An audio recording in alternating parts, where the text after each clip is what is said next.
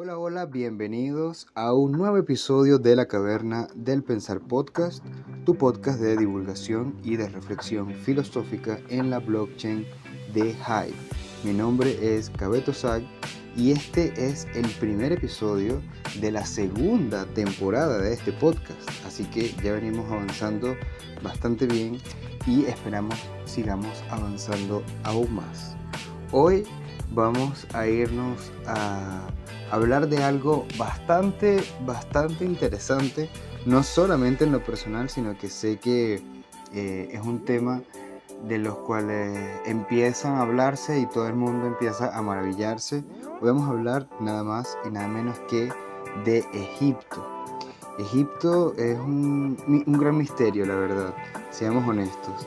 Cuando nos referimos a Egipto, siempre estamos pensando en las pirámides, estamos pensando también en, digamos, estas civilizaciones antiguas con faraones, en oro, en todo lo que pudieron crear, pero resulta, pasa y acontece que desde el punto de vista filosófico también hay muchísimo que, digamos, desentrañar y sacar provecho de Egipto.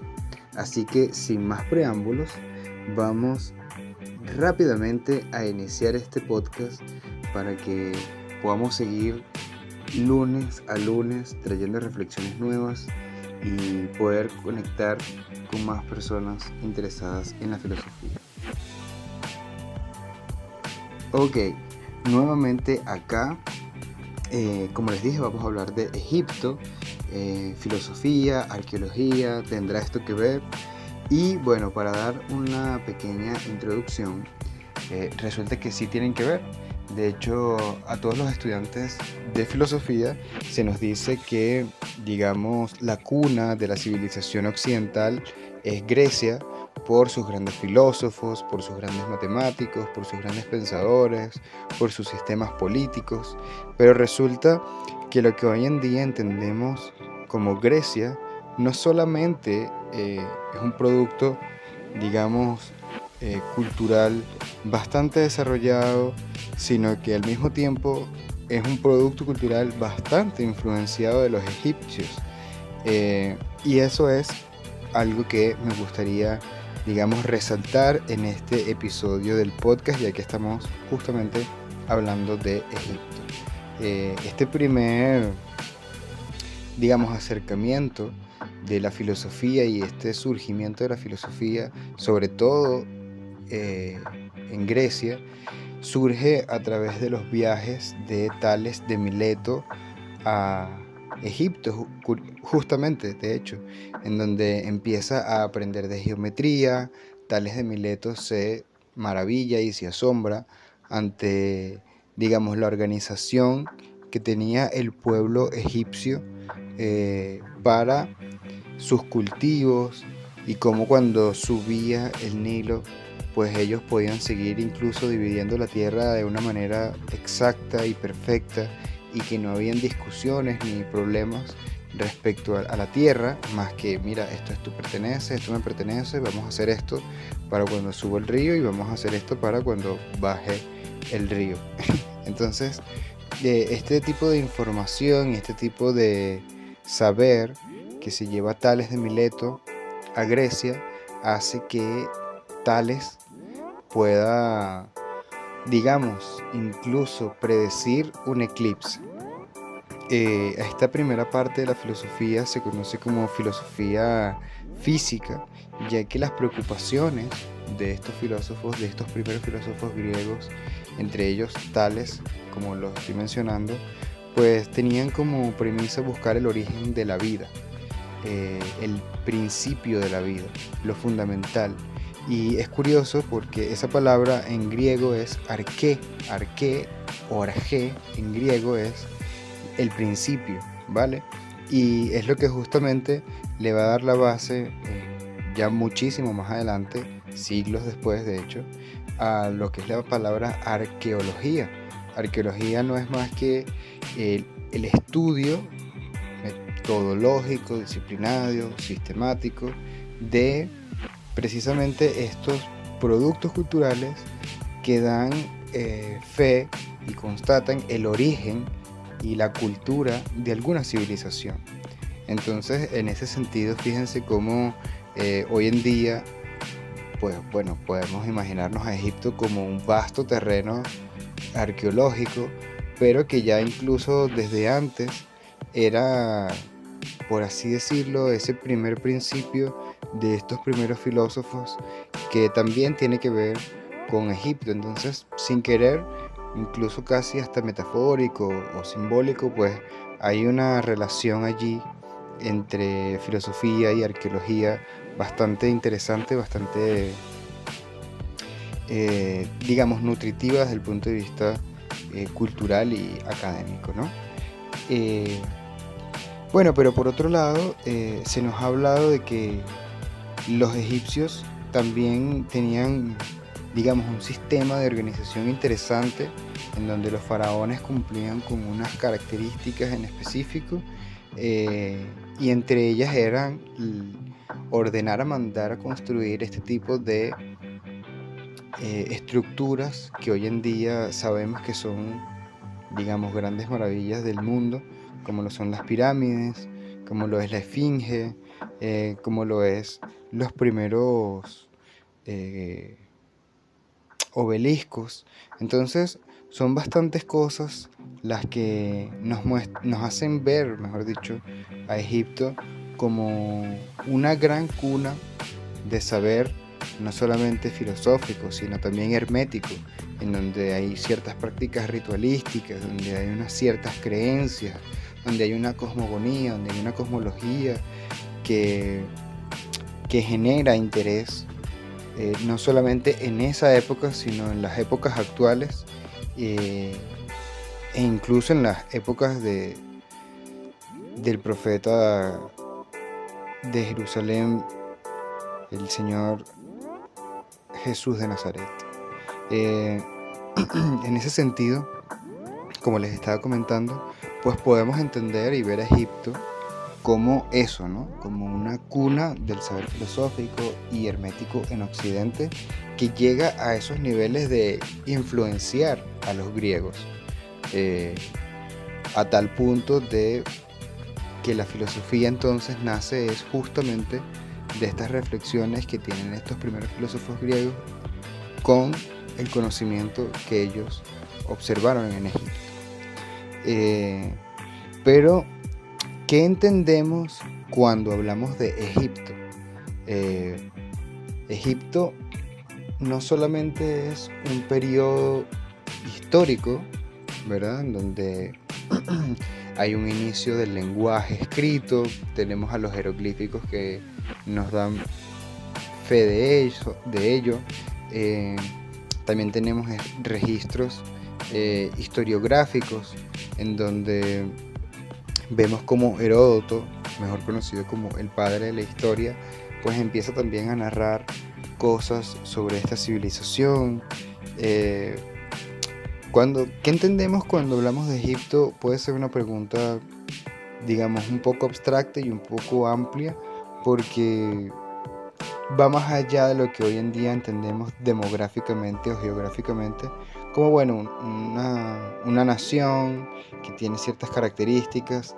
Antes no era simplemente una nación que tenía unas ciertas características. Antes era un lugar de desarrollo y era un lugar en donde se profundizaba en el conocimiento tanto interno como externo. Tanto así que por eso fue parte del Imperio Romano. Y bueno, el César cuando llegó acá y vio a Cleopatra, no pudo salir de acá, básicamente, de Egipto, de las tierras de los faraones. Entonces, en ese sentido también estamos viendo cómo Egipto se nos muestra como un lugar de trascendencia. Y bueno, vaya que ha trascendido, porque han pasado siglos y siglos y las pirámides aún están allí. Entonces, esta trascendencia de Egipto lo que nos hace pensarnos, o lo que me hace pensar, mejor dicho, es qué tipo de preguntas se hacían o qué tipo de saberes tenían, que sin la tecnología que podemos ver el día de hoy y con la que podemos interactuar el día de hoy, ya construían estas obras y, digamos, sí, estas obras, porque son más que simples construcciones, son obras en su abstracción más grande, pensando siempre a futuro. Es decir, ¿por qué pensar en el futuro era algo tan importante? Y creo que es algo que podemos rescatar de los egipcios.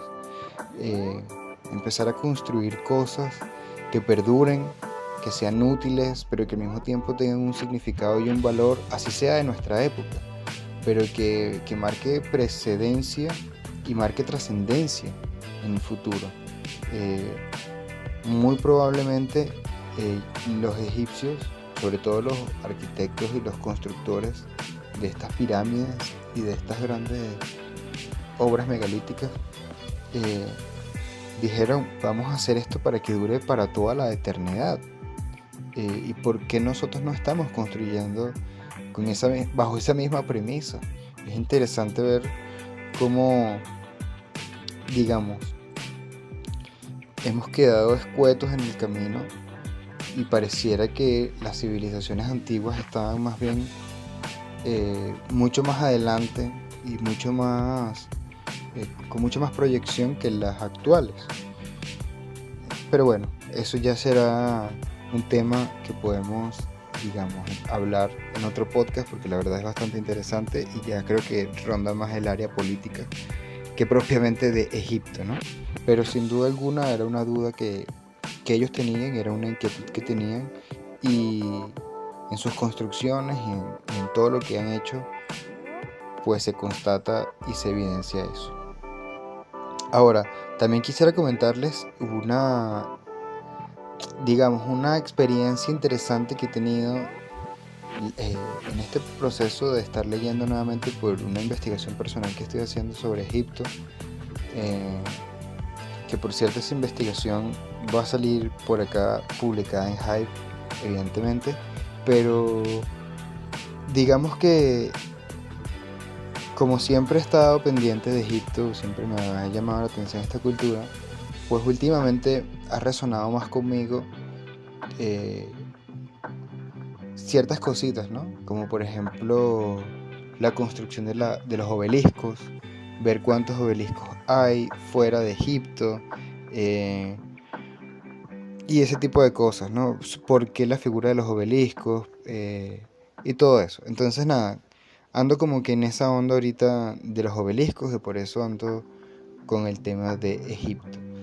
Pero como soy muy fiebrudo, es decir, soy muy compulsivo con estos temas, y por un tema de realmente que me apasionan, decidí irme al Museo de Bellas Artes a tratar de tener contacto con la exposición que trajo el Museo de Bellas Artes hace mucho tiempo del Metropolitan en Estados Unidos, del Museo Metropolitano de Estados Unidos, de arte, en donde compraron ciertas cosas, y bueno, esa colección estuvo un momento expuesto en el Museo de Bellas Artes. Yo tuve la oportunidad de ir en un especial que hicieron de Tutankamón, que trajeron unas cosas, evidentemente muchísimas cosas eran réplicas, habían unas puntuales que sí eran de verdad, pero bueno, fui al Museo de Bellas Artes y tuve la oportunidad de hablar con el director del museo, comentarle sobre mi inquietud y la investigación que estoy haciendo, y que bueno, por temas de documentarme y de al mismo tiempo seguirme avivando el fuego y la curiosidad por el tema de Egipto, quería ver la exposición.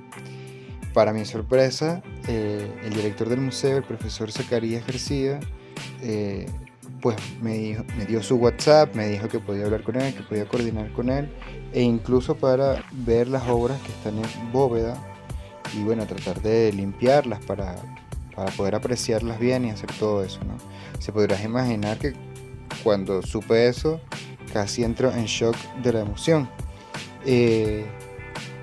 Pero bueno, además de ese súper momento de mi vida en donde me dicen que puedo ver posiblemente las obras de la bóveda de la colección de Egipto, también tuve la posibilidad de hablar con el profesor Carlos Martín de la Escuela de Antropología de la Universidad Central de Venezuela. Él es especialista en arqueología y nada, comentarle de mi inquietud. Evidentemente eso le llamó mucho la atención, le gustó, le causó curiosidad y bueno, me dice que bueno, está atento a mis impresiones para tratar de generar, ¿no?, nuevas elucubraciones y nuevas reflexiones al respecto. Evidentemente con el bagaje no solamente académico y de conocimiento, sino de experiencia en el área, pues va a ser mucho mayor. Sin embargo, a la hora de hablar de Egipto, como estoy en Caracas y no en Egipto propiamente, ha sido difícil tratar de conseguir información fidedigna, ya que mucha información suele estar viciada de subjetividades, a veces no tan objetivas, muchas cosas también conspiranoicas, y la verdad es que no me gusta, digamos, corromperme con ese tipo de contenido. Me gusta más irme lo objetivo, lo más puramente objetivo. Y la arqueología que me ha tocado hacer es una arqueología Foucaultiana. Para mis amigos filósofos de la comunidad de Humanitas creo que van a entender, pero para los que no, cuando me refiero a una arqueología Foucaultiana, es en donde lo único que puedo desentrañar y lo único que puedo, digamos, juzgar historiográficamente, más que la tierra y ver, digamos, los restos físicos de algo, son los libros, son los textos.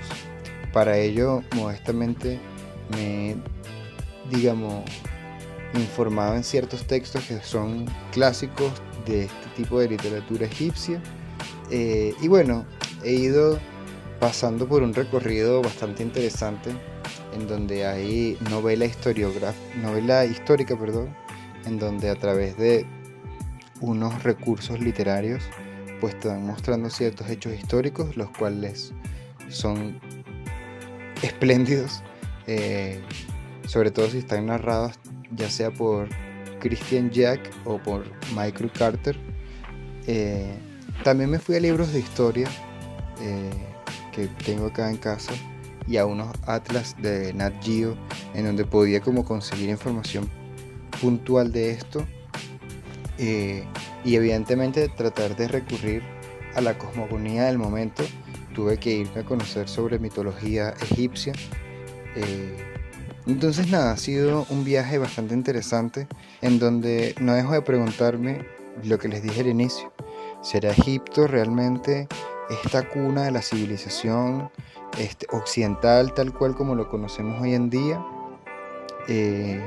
Está tan lleno de capas y de cosas que aún no se han descubierto, que por eso solamente se ve a los griegos como la cúspide de esto, pero todo estaba ya concentrado y de forma difusa en la cultura egipcia, en la civilización egipcia. Son preguntas que me vienen a la mente.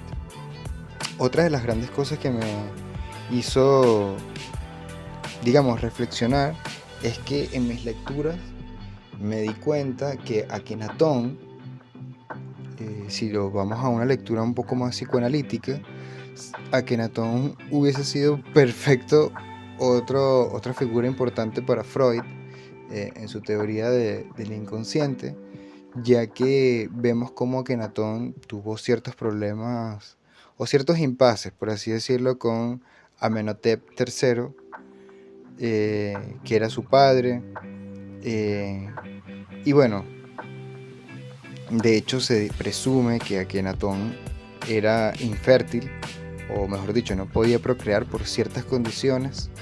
Entonces bueno, su padre tuvo que ir y procrear por él para que él después criara esos hijos que iban a ser de él, pero realmente eran de su padre. Es decir, hay ciertas cositas, ciertas lecturas interesantes que si uno vuelve a hacerlas, pues puedes ir pensando muchas cosas, ¿no? Entonces, así como Freud pensó en la tragedia de Sófocles y de Esquilo con Electra y con Edipo, pues bueno, creo que hubiese pasado lo mismo si en vez de leer solamente a los griegos hubiese leído a los egipcios. Pero ojo, esto es una especulación y una interpretación eminentemente personal. Pero por ahí es que van las cosas, ¿no? Es decir, eh, Nietzsche, por ejemplo, en los filósofos preplatónicos también hace una especie de crítica a los valores tradicionales, pero teniendo como fundamento a los griegos. Y es, ¿qué pasaría si Nietzsche hubiese hecho esto con la mirada desde los egipcios? Capaz hubiésemos tenido otro Nietzsche, capaz las condiciones de Zaratustra hubiesen sido otras, capaz la muerte de Dios se hubiese asumido de otra manera, qué sé yo. Son preguntas, ¿no?, para reflexionar. O por qué Akenatón cambió de rito, hizo tantos cambios y tantas disrupciones importantes. Como, o por ejemplo, por qué Tutankamón, digamos, siendo tan joven, llegó a ser, al menos de lo que se ha descubierto, uno de los más importantes faraones de la posteridad. Son preguntas, ¿no? Son preguntas que son válidas hacerse. Pero bueno, eso es todo por hoy. Nos vemos el próximo lunes para la segunda entrega de esta segunda temporada de La Caverna del Pensar Podcast. Espero que me dejen abajo sus impresiones, qué les parece si seguimos hablando en un segundo episodio o en otra entrega sobre Egipto. A mí la verdad estos son temas que propiamente me interesan, no solamente por el tema de los, digamos, de las pirámides, de los faraones, como les comenté en la investigación que estoy haciendo sobre los obeliscos, sino en general. Es decir, siento que encierran muchas cosas, por ejemplo, las prácticas ritualísticas de los faraones o la momificación de los animales. Siento que hay mucho terreno filosófico que indagar allí.